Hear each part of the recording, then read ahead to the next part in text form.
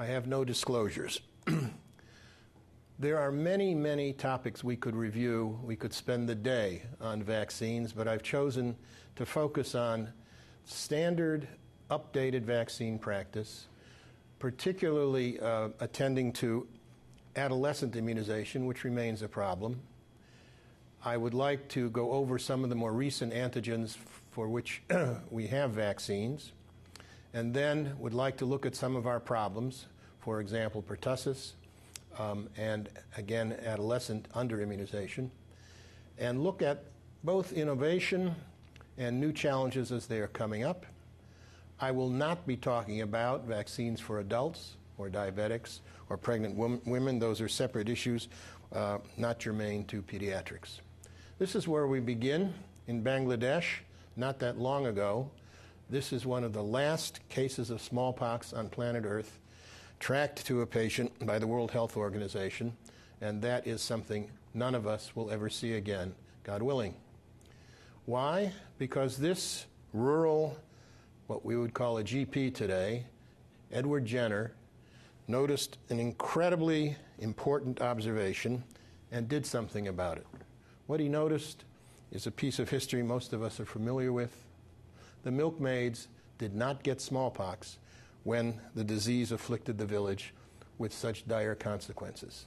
He wondered why, and then did something which probably would not be feasible anymore, given the necessary permissions and safety steps he would have to go to these days. He deliberately injected young people in the village with cowpox gunk, literally scraped from the cow. And the next time smallpox came through with its devastating death, those who had been vaccinated, vacca of course being cow in Latin, were spared the dire consequences of the illness. Those who were not vaccinated succumbed. Edward Jenner became one of the great pioneers in medical care, public health, epidemiology, and an entire new industry was born, that of producing immunizing materials to protect people prior to getting infections. A word from Ben Franklin summarizes the incredible importance of Jenner's observation and new method of prevention. He lost his young boy, 4 years old, because of the smallpox. He had available to him in the New World vaccine for smallpox. It was known about, but he, like so many others, was not entirely convinced of the efficacy and safety, and consequently did not immunize his child, who went on to die. It remained a melancholic subject for Ben Franklin for the rest of his life. When we look at how incredibly effective this intervention is, I would like to share with you this chart of life-saving costs. This was compiled by the Harvard Life-Saving Study. It's about 17 pages long, listing all manner of health interventions designed to avert terrible conditions. And what they have done is assign the cost of one life saved by this intervention. Take water chlorination. We think that's a simple item, obviously of enormous importance to all of us. No more cholera, etc. Every town in the United States has some office which takes care of this exact problem.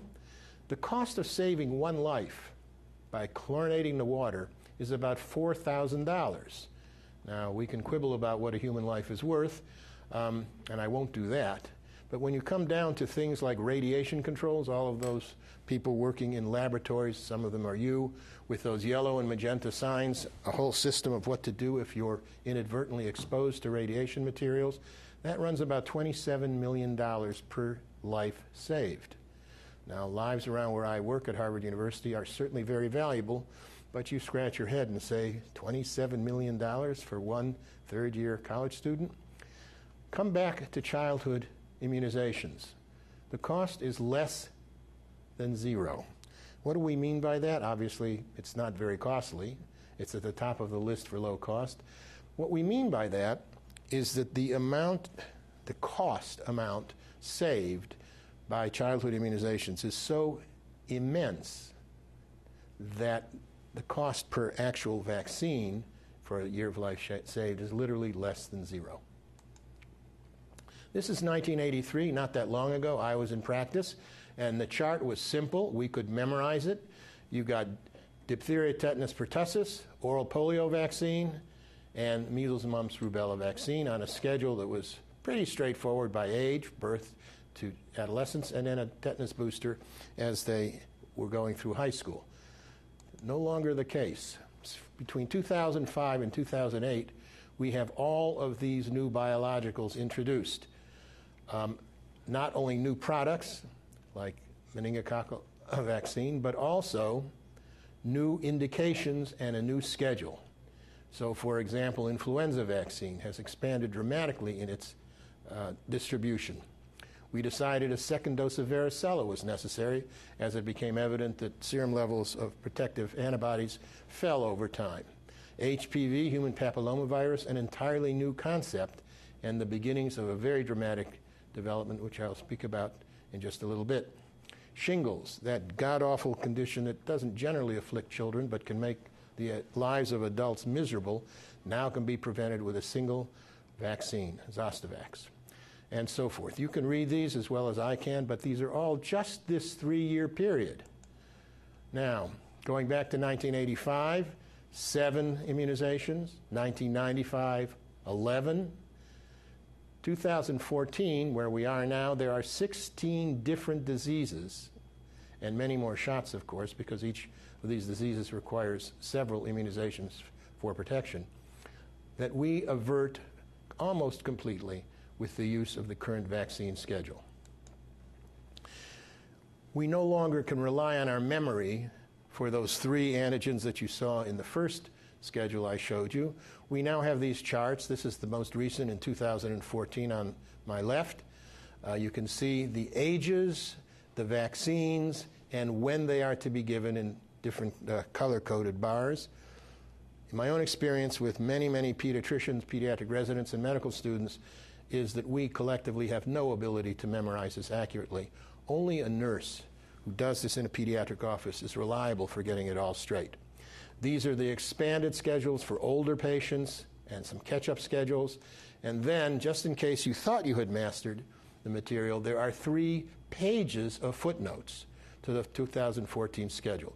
Obviously, I am not going over them, but they speak to the point that the vaccine schedule has become quite complex. It doesn't apply uniformly to everybody, and one needs to have tremendous familiarity with what to do and what not to do in order to provide A, successful immunization programs, and B, not to put patients at risk. Cost. Wow.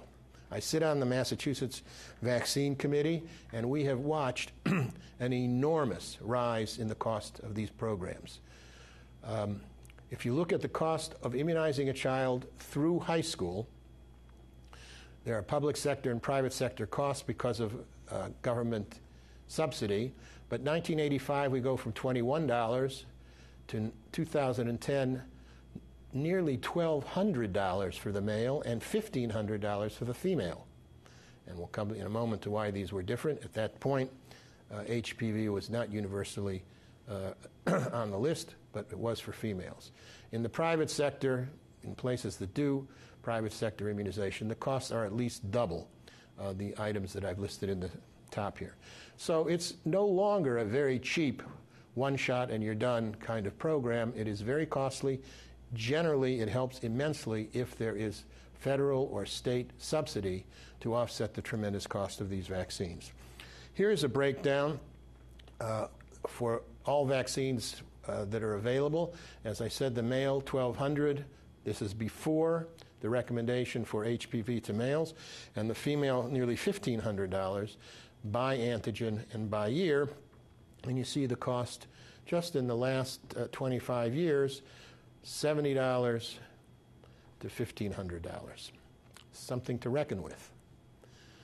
Schools put their own requirements into place for public school entry, and I'm just showing the Massachusetts school immunization requirements, which are pretty thorough, pretty extensive. There are new requirements which specify how many doses at what years they have to be given, and going right through the college ages, not just through high school. And I'm just showing the changes in MMR, varicella, Tdap, which has to be given again in college if the student last had it in the original sequence. And we have added that residential students must have meningococcal vaccine as well as a requirement, because a barracks situation, we call them dormitories, but they're barracks, is very, very conducive to the spread of meningococcal disease and dreadful consequences. Where are we going? Well, we set the goal for a 2010 80% coverage level. Now let's talk about that for a moment. You can see the slides beginning in 1985 and taking us through 2008. We have, in fact, exceeded 80%, really starting about almost 15 years ago, 14 years ago, and we've stayed up there.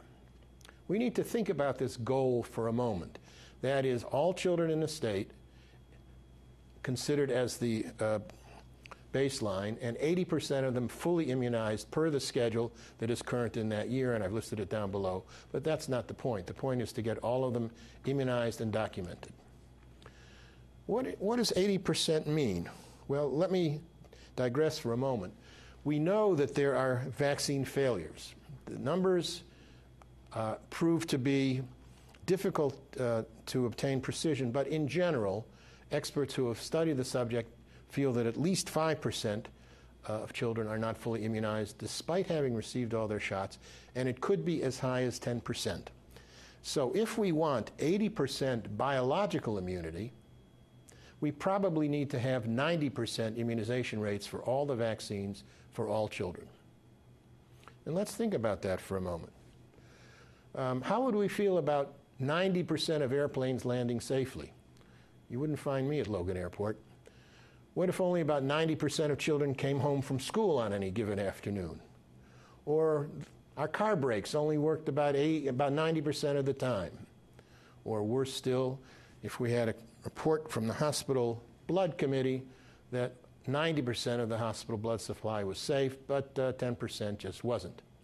Why we accept this goal, I won't get into. It's a mix of politics, it's a mix of firmly held anti-vaccine beliefs, etc. But it is of concern that if we are serious about averting vaccine-preventable disease for everybody, we need the population 90% immunized. I'll come to that in a moment. The concept is this: herd immunity. What do we mean by herd immunity? We mean that if an unimmunized patient, either by choice or by unfortunately inadequate clinical services, or simply at risk by age, that is, you certainly cannot immunize fully a 4-month-old infant. They are susceptible to many of these diseases. If we want to protect those children, we need very, very high coverage rates. So what do we have? We have experiments that have showed 90% about does it. That is, there are so few outbreaks, so few cases in the community that an unimmunized person is unlikely, highly unlikely to contract the disease because they will not be in contact with an individual who has it.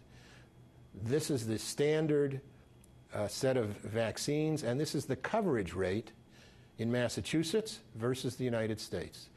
We are at 93% for DTP, probably completely protective, 83% in the country, barely protective.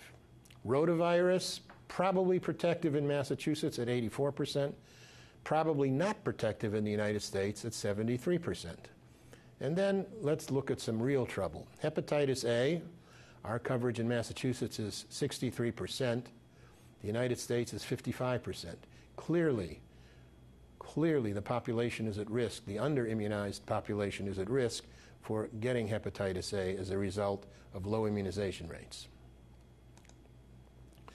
We have a brand new, relatively brand new tool that can do an enormous amount for reducing errors in vaccines.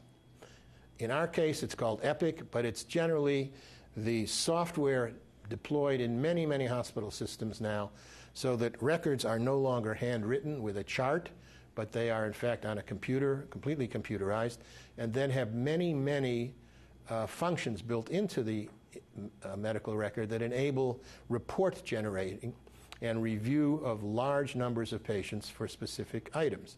In the case of vaccines, we have software in Epic that automatically reviews the child's age, the vaccines given by date, knowing the appropriate schedule, which is embedded in the software, male versus female, and what the appropriate intervals are between shots. That is, some shots require 4 months between, some require 2 months between. This software, when run, will flag the following: a child with vaccines that are due because they are missing, because the age was incorrect. For example, a child given all of their polio vaccine before age 4, or an incorrect interval. The second shot was given too soon after the first shot. And even built into this is the 3-day grace period that the CDC allows us for shifting schedule.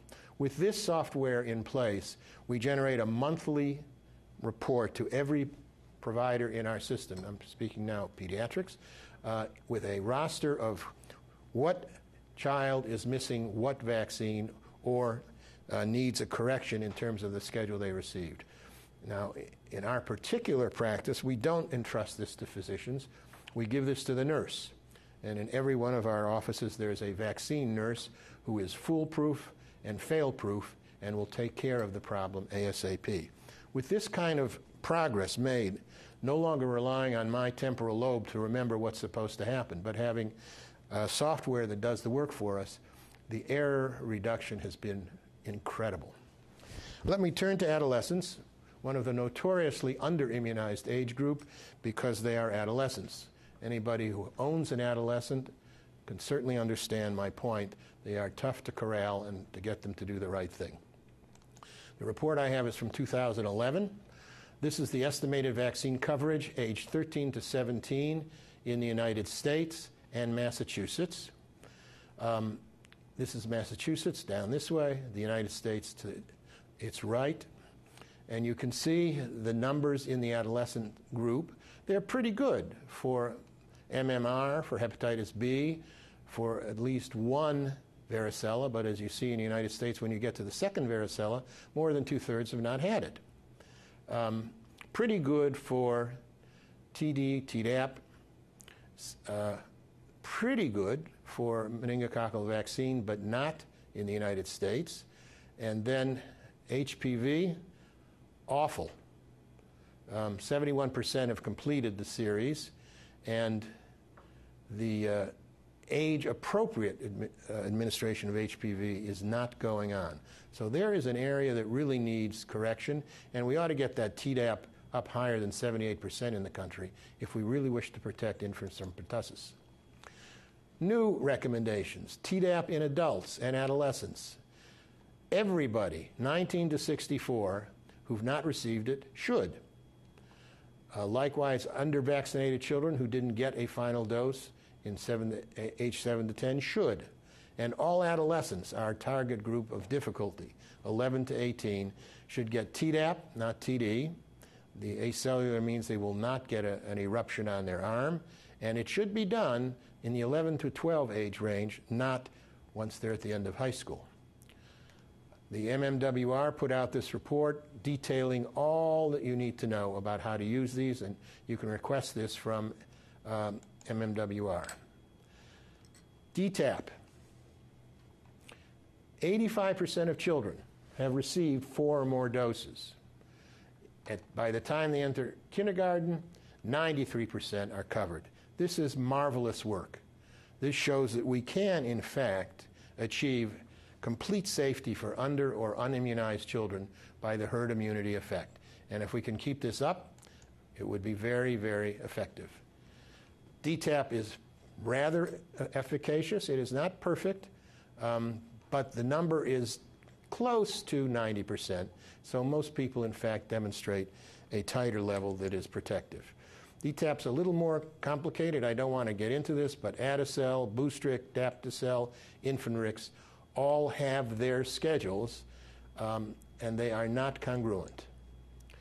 I want to turn to one of the big headaches and one of the more shameful aspects of our coverage for the population. This is Public Health 101.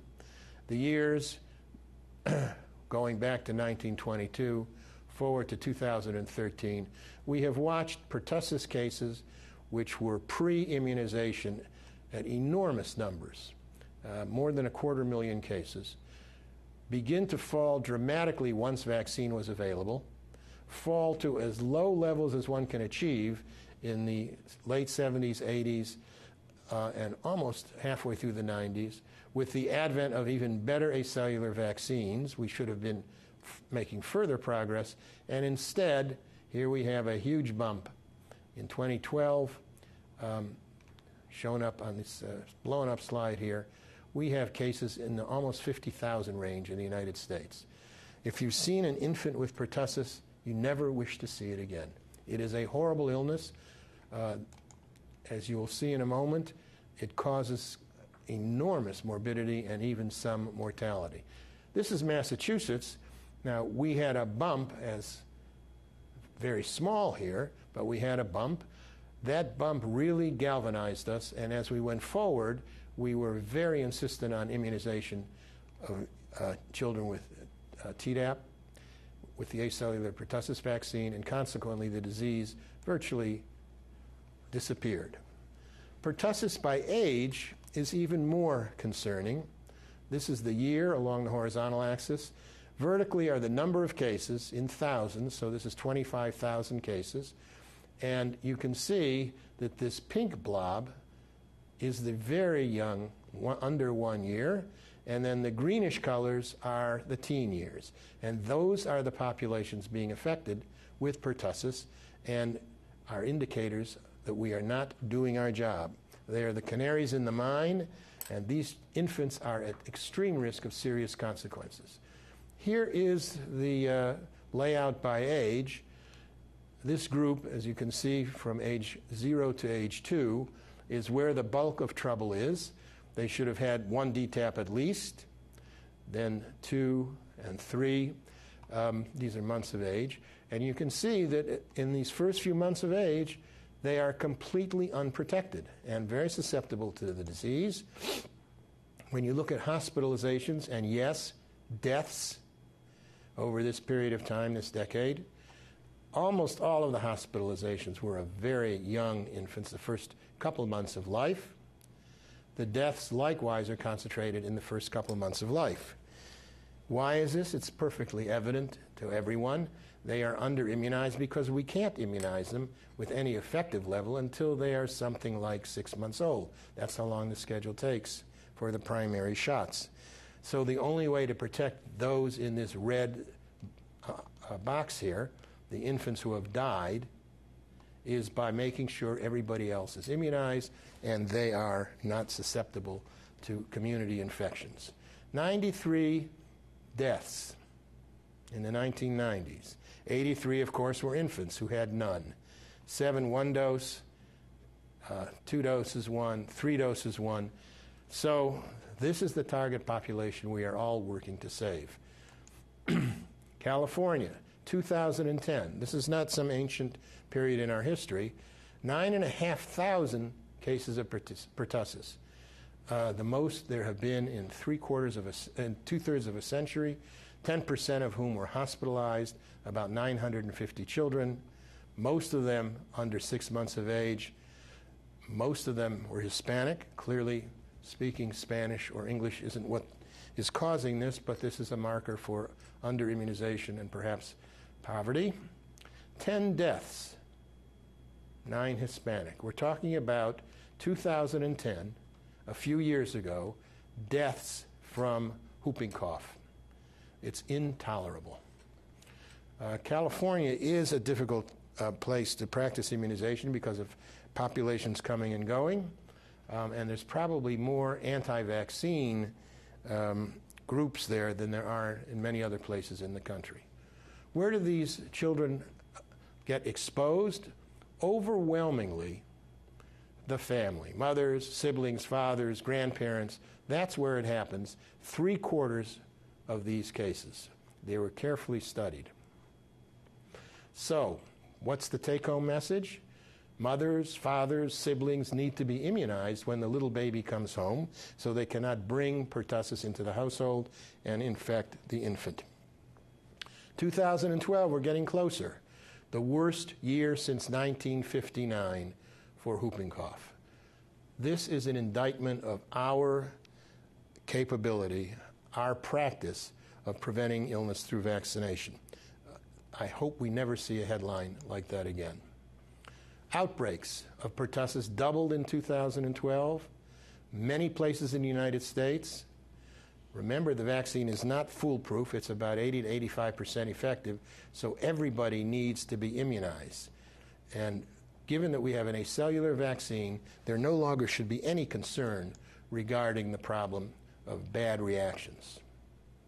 As Pogo said a long time ago, we have met the enemy, and they is us.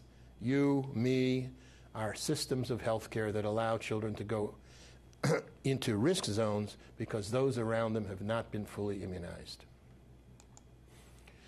The cocooning strategy is a term that was invented by the mafia that takes care of vaccines to try to convey the image of the infant inside this cocoon of immunized adults, family, community, school, etc., so that they are not exposed to an illness to which they might be susceptible.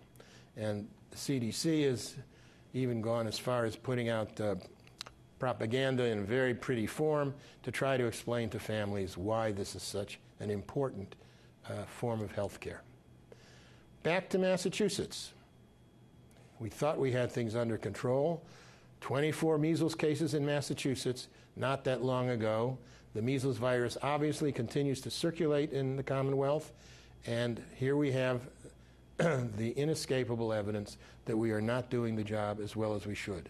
Measles should be something shown on pictures to medical students and residents as an artifact of the past, not to be worried about anymore. 594 cases in 2014 through September, 18 different outbreaks. The numbers are getting worse, not better. We've listed the states there. They're everywhere in the country. This is unacceptable.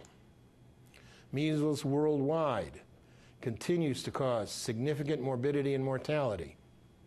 And here you have a year's worth showing places where measles is still active in terms of clinical outbreaks, including, as you see, the United States. If that weren't bad enough, polio. Last fall, polio outbreak in Syria. None of us have seen polio.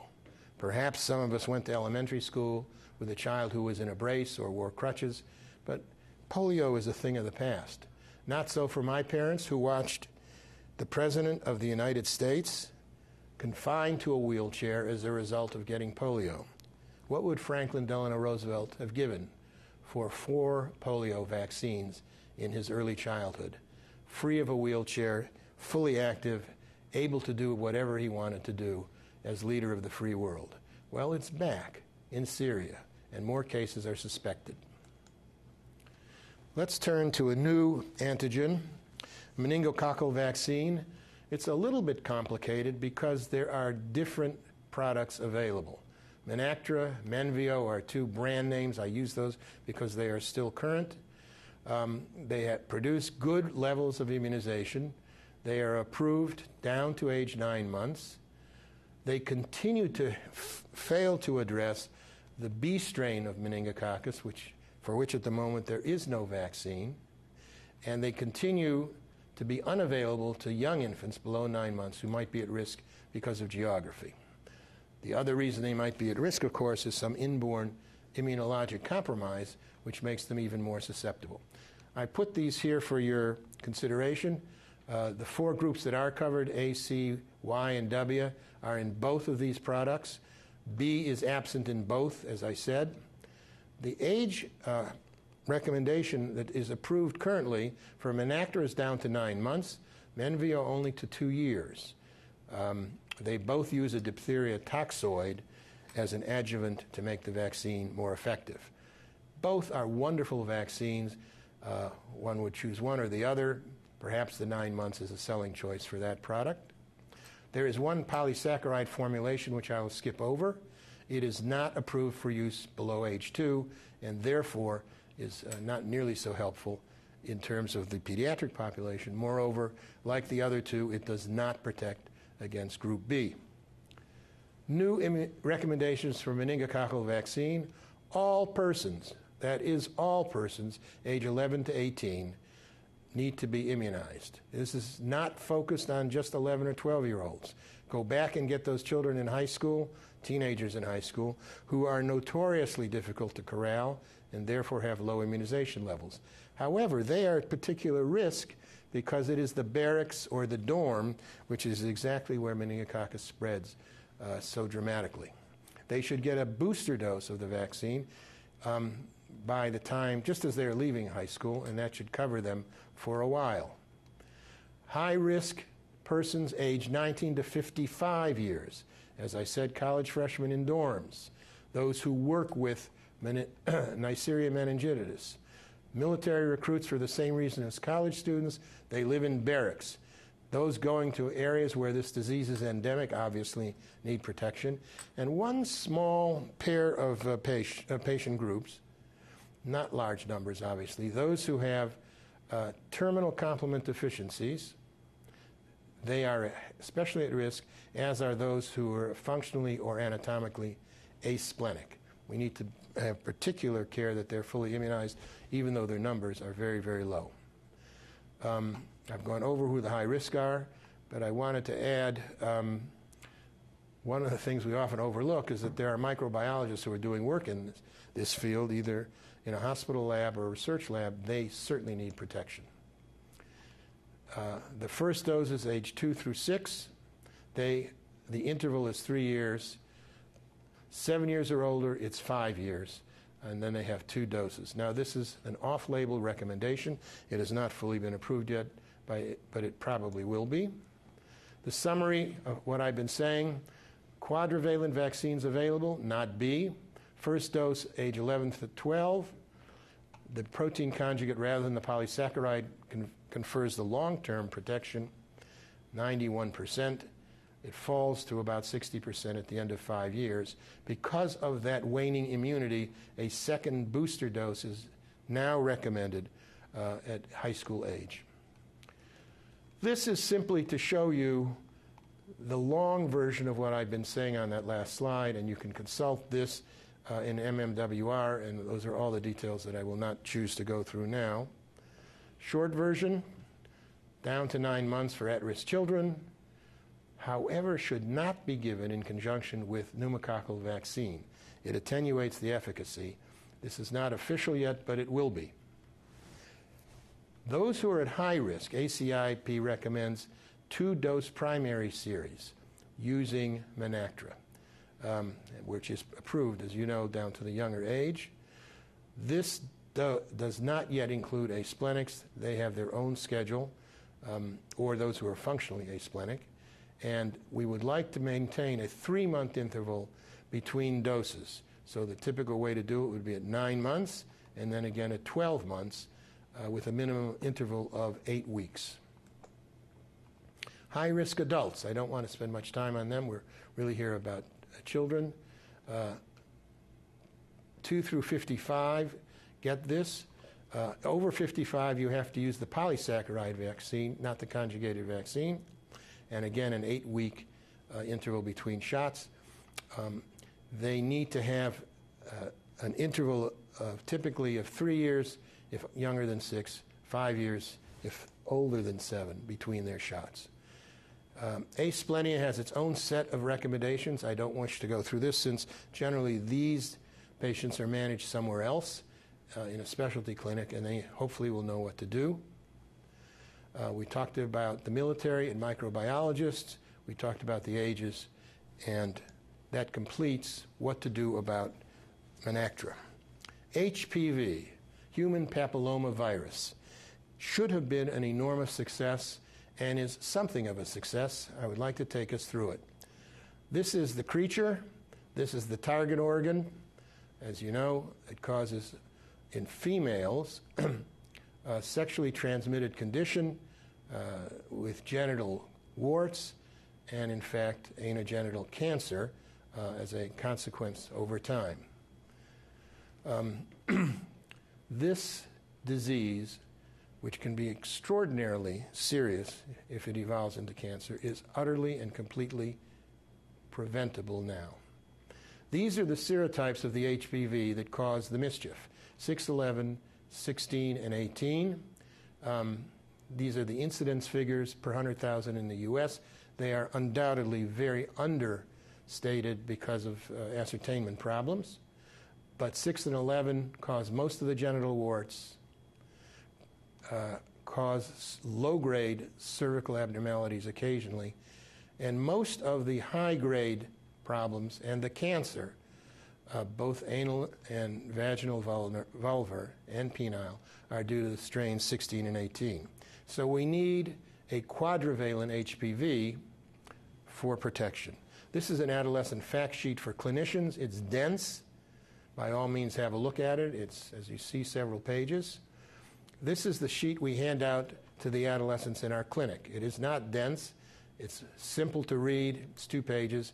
If they don't get it, we're happy to tell them verbally what the problem is. And we've generally experienced no resistance to the vaccine. Current recommendations for HPV-4, females, of course, and males. Now, all of us who take care of adolescents know that the way females get a lot of their sexually transmitted diseases is from males. So it was something of a surprise when initially, because the studies had not been done, males were excluded from the HPV schedule. That is no longer the case. Males and females age 11 to 12 years. Why that age? Because that's the age where most people agree some are becoming sexually active. And there's a schedule with intervals as usual. There should be 4 weeks between doses 1 and 2, and then 12 weeks at the end. And the last interval is actually 24 weeks. We should catch up on females who are already older than these indications up to age 26. And similarly for males, permissive catch-up is available for up to 26 years. So let's use this HPV in a way that we've not succeeded so far. The only new item in the schedule is this longer delay than we had previously recommended. Before the 3rd dose, 24 weeks should elapse since the first dose. If it's closer, if the interval is shorter than that, the efficacy is reduced. Is there a question about HPV vaccine for males? I don't think one can make a reasonable case for withholding it from males. It's true they don't get the cervical cancer. Obviously, they're anatomically incapable of getting cervical cancer. But they are the reason females are getting HPV, the genital warts, and the possibility of cancer is maintained. Here is the bottom line currently. Uptake among females is 32%. Putting that differently, 2/3 of females are not immunized against HPV. In Massachusetts, it's still under 50%. Hard to believe, but in essence, the problem is ours. This became a matter of sufficient interest that our local newspaper had a whole discussion of the CDC recommendation in order to get all males immunized, because it was raising a lot of question in the public's mind. I think we're over that now, several years later, and there's widespread agreement for this FDA-licensed male immunization recommended by the ACIP, 9 through 26 years.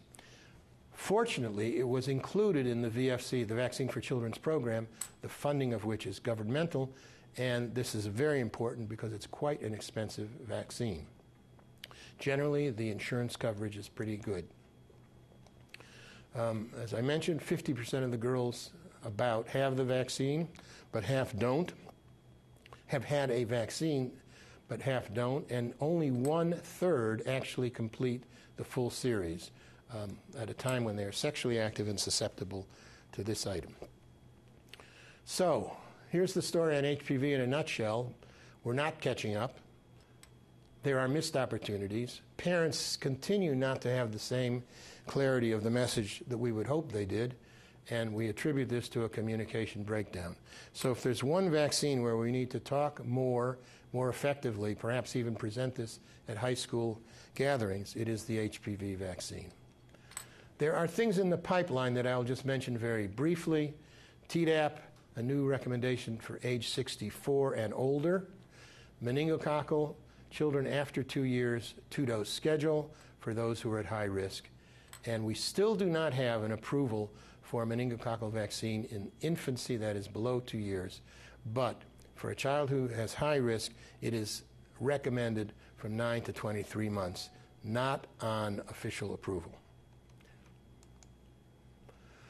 Vaccine safety, a continuing dilemma, a continuing battle that needs to be fought. And if anything has proven more the relevance of this cartoon, the next outbreak of disease is only one flight away. It is upon us in the form of Ebola. Not what I'm going to discuss now, but clearly that's the message. What are people concerned about? What are these urban legends? What are these vaccines really doing? How safe are they really? So many shots for such a little child. We don't want to give medicines, especially to babies. They heard about a terrible case of some child who came down with something god-awful, and it was the week after they got that vaccine.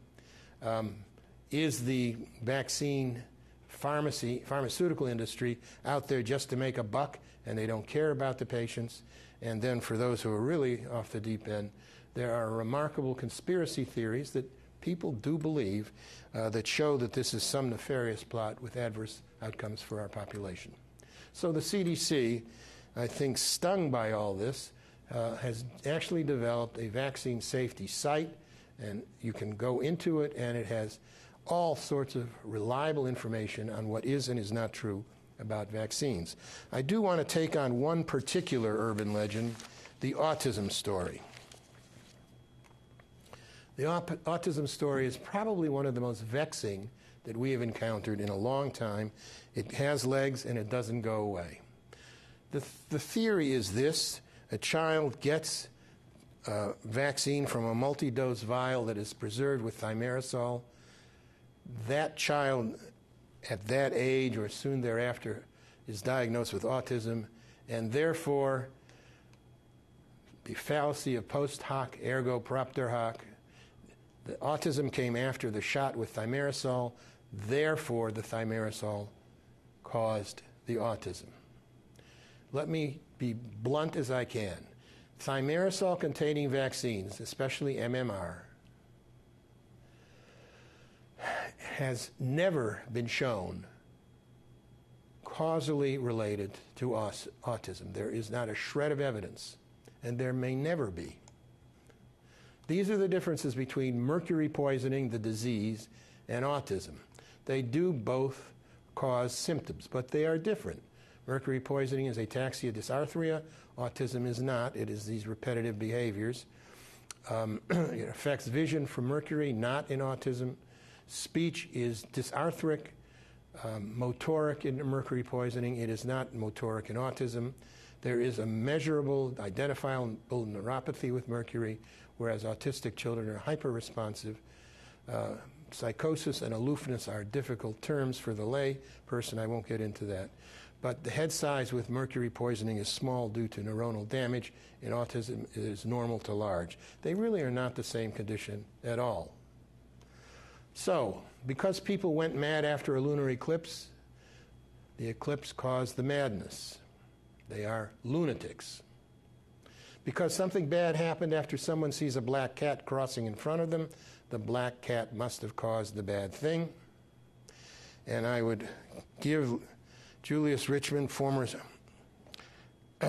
Secretary of HHS, one of the great leaders in public health, a mentor of mine, the aphorism he always cited was the incidence of coincidence is very high. And these things are non-causal, they are coincidental. What can we do when encountering anti-vaccines? It's tough. You're Your roles are several: educate, support, advise. Try to convert? I don't think so. What is there to gain by winning? Well, it depends. There can be a high price for victory. Patients may actually lose interest in coming to your practice. That is not a good outcome. So you need to set reasonable goals for why you are meeting with somebody opposed to vaccines, not take the rigid role of insisting, but go over it with the family, try to understand what's behind their concerns. Are there religious beliefs that may be interfering with their willingness to immunize, etc.? It's a long, hard struggle. Depends if you want to spend the time on it, but somebody needs to do the work. This is a slide I share with parents of a child who has autism and are concerned about the toxic effect of mercury from vaccines as a causative agent for their child's autism. That is, I gave the child this condition through vaccinating them. This is data from Denmark, 1983 to 2000, a very long stretch. And these vertical bars are the the incidence of autism in Denmark. They have a centralized national health care scheme, so they have statistics on everything. This is the dotted line is the incidence of autism. The bars are the dose of mercury product that they were given as part of their vaccines. Because of the concern, and particularly as autism began to rise in the 1990s in Denmark, they switched from multi-dose to single-dose vials for vaccines, so there was no preservative, no mercury exposure, and they watched what happened. Now, the answer is very clear what happened. From this slide, one can infer quite logically that mercury in the vaccines actually prevented autism. When mercury was removed from the vaccines, the incidence of autism rose steadily to a much higher level, nearly twice what it had been. One could argue that the use of mercury prevents autism based on this slide, and clearly that is not the case. This is probably about ascertainment of autism, more cases reported than had been previously, not because the actual disease was raging, but because there was better case identification, case ascertainment in the country. And in fact, there was no connection before, when the autism level was low and mercury was being given, or after, when the mercury was removed and the autism level went up. The data support simply that autism is there and there's no causal connection to ethylmercury or methylmercury. Okay. The science, again, to summarize, autism does not go down when thimerosal goes away. I've just shown you the slide. Epidemiologic studies, well designed, show there is no association between thimerosal exposure and autism. And animal models, unfortunately, do not yet mimic autism, and we can't do biologic experimentation that might answer the question. This controversy doesn't go away. Mercury, vaccines, and autism continues to be a subject of concern and interest. This article was brought to me by a parent. One does have to be prepared to answer it. Here we have 2008 in my local newspaper. Research shows no link between measles vaccine and autism. It is not a dead subject yet. What are the messages? We care about children. That's why we want them vaccinated, to prevent them from terrible conditions. No science supports a relationship between vaccines and subsequent autism. The communication that's going on is simply insufficient to satisfy concerned parents, and therefore we need to work on our communication to make it better than it has been, particularly for this deeply concerned set of parents who are dealing with a very, very terrible challenge. What about parents who come in and offer an alternate schedule that they feel in some way will protect their child? Dr. Bob's schedule, as Offit and Moser talk about it in this pediatrics article. It's a wonderful article. The schedules have been worked out very, very carefully to maximize protection. Dr. Bob's has neither been validated nor reviewed anywhere in an objective way and should not be accepted. As Abba Iban said, men and nations behave wisely once they have exhausted all other alternatives. And that's what we're stuck with in human nature. Flu vaccine. What's new? We have an intradermal vaccine, not intramuscular, intradermal at a lower dose, about half what the intramuscular is. We have a high dose preparation, 60 milligrams instead of 15, 4 times the usual. And we, at least in Europe, have adjuvanted vaccines to increase the efficacy. Influenza in the United States is a huge annual epidemic. You all know the numbers. Lots of the population becomes ill. Among the pediatric population, the annual attack rate, as you can see, is 10 to 40%. About a quarter reports secondary attack rates in the household of the proband. There are thought to be 36,000 influenza-related deaths per year. This is not children, this is everybody, most of which occur in the elderly. And there are 250,000 hospitalizations, highest among the infants and the elderly. It would be nice to put all these statistics out of business. Pediatric hospitalizations are mainly about very young infants. Under 6 months, you can see how high the bar is. Once you get to kindergarten, it's much, much lower for that age range. So our target population for protection are the very young and the very vulnerable. What do we have for this year's vaccine? The good news is no news. Composition for all the 4 vaccine strains is the same as it was in the year before in the Northern Hemisphere vaccine. I'm not going to go into the details of which strains are there. This is for biochemistry, but it's a safe, well-tried vaccine that we had available in the past. The inactivated subunit, TIV, can go in any of these. The LAIV, the live vaccine, is available in intranasal injection and, should be noted, does contain egg protein for those who are allergic.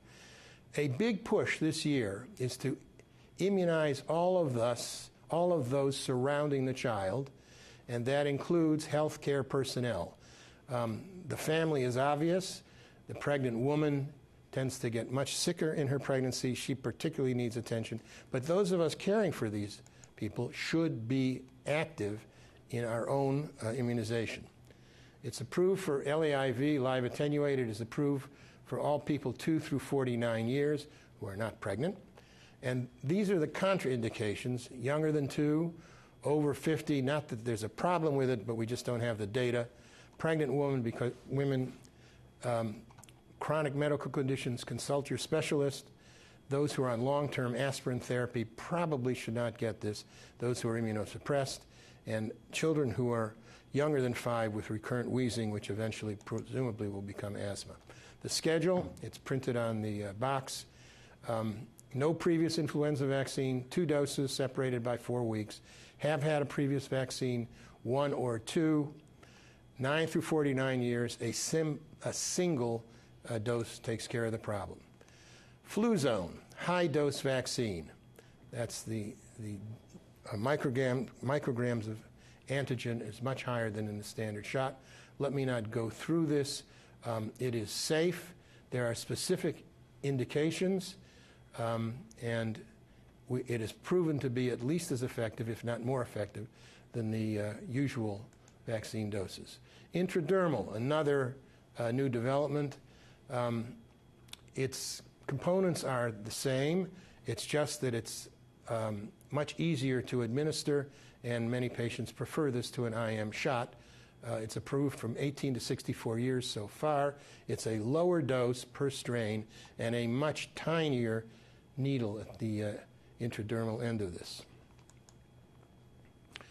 A terrific concern about flu is that we become fully immunized. And it shouldn't need saying, but it is being said. There's a policy statement by the AAP, the gist of which is all of us who take care of children must be immunized so we aren't the vector spreading it to those in our office. There, in our Department of Public Health, there is a website where you can get all the information about where to get the flu vaccine. Go to the CDC site, which gives you all the data you would want to know for a professional or even for a parent.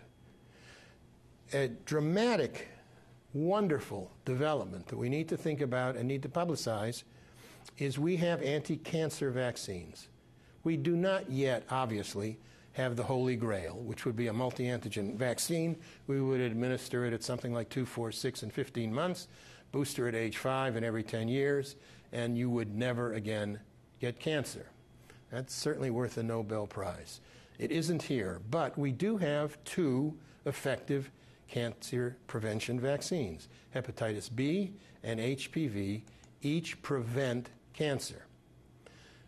I wasn't being facetious. I wasn't trying to be funny. There are literally large research efforts underway for cancer vaccines. We haven't seen one yet, except for the 2 aforementioned, but they will be coming.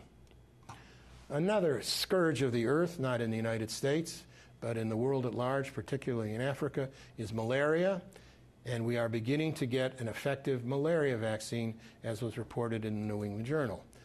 Here is a picture, literally, of the trials for the malaria vaccine, not in the New England Journal, but in Time magazine, which was interested enough in this development to feature it.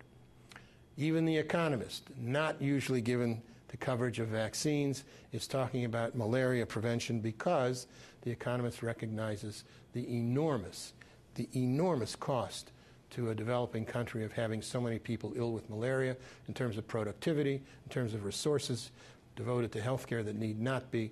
They are interested in getting rid of malaria as well. So much is happening. But here's the newest wrinkle, Ebola. I'm not here to discuss this dread disease. When I made this slide, there had been over 9,000 cases, with a case fatality rate estimated somewhere between 40 and 50%. Huge amount of fear and denial, huge effort to resort to all kinds of herbal meds, witch doctors, and so forth. The facts are coming together in terms of what the case is all about and its prevention. It turns out not to be a highly contagious disease. This is not measles, but it's going to need a lot of work. The rate of cases may soon reach 10,000 per week, which is predicted by the New York Times in October of 2014. That is going to make an enormous amount of fear travel through the area. There's a certain ironic, for me, comparison between Ebola and the anti-vaccine crowd in terms of what's going on. There have been 9,000 deaths from Ebola, about 6,200 since 2007 of vaccine-preventable diseases where people were not immunized because of concerns that have no basis in science. There have been about 4,500 deaths of Ebola. Fortunately, only 500 cases, or thereabouts, of measles deaths. They both share fear, suspicion, and denial. They both resort to unorthodox medicine. I have nothing against unorthodox medicine, unless it leaves you dead. They have their hero witch doctors. In Africa, I don't know them, but one by name in the United States is Wakefield, who has waged war on vaccines specifically. And conspiracy theories abound with both these groups. It is my fondest hope that they both go away. The CDC has been the first to acknowledge that the response to the Dallas Ebola case was simply too slow and insufficient. We are working on this. There's no conspiracy involved. Another antigen coming at, another virus coming at us, is the D68 virus that is affecting children. Like Ebola, it suddenly appeared. It is happening a little bit in the United States and is requiring extraordinary efforts and emergency efforts to contain. The timelines on the two are remarkably similar, and unfortunately, the response to the two has been similarly ineffective. This is the hospital, one of the hospitals where I work at, has developed this Ebola protocol. We are preparing. We are late to getting going, but we do know how to approach at least the screening and triage of patients. We will need much more work in terms of their care in tertiary hospitals in a coordinated, collaborative manner. Let me conclude with a slight twist to Elizabeth Barrett Browning's poem, "How do I immunize thee? Let me count the ways." I've tried to count them, and hopefully they will convey protection on our pediatric patients. These sites provide a reliable and accurate information about vaccines. There are many such sites. I will not list all of them, but they are here in the handouts. There are official sites. There are information sites. There are groups. The CDC has specific information on travelers, and a private national foundation also keeps everybody up to date on what is the latest and greatest about immunizations. For those going around the world, the WHO has its own website for how to make sure you are protected for what you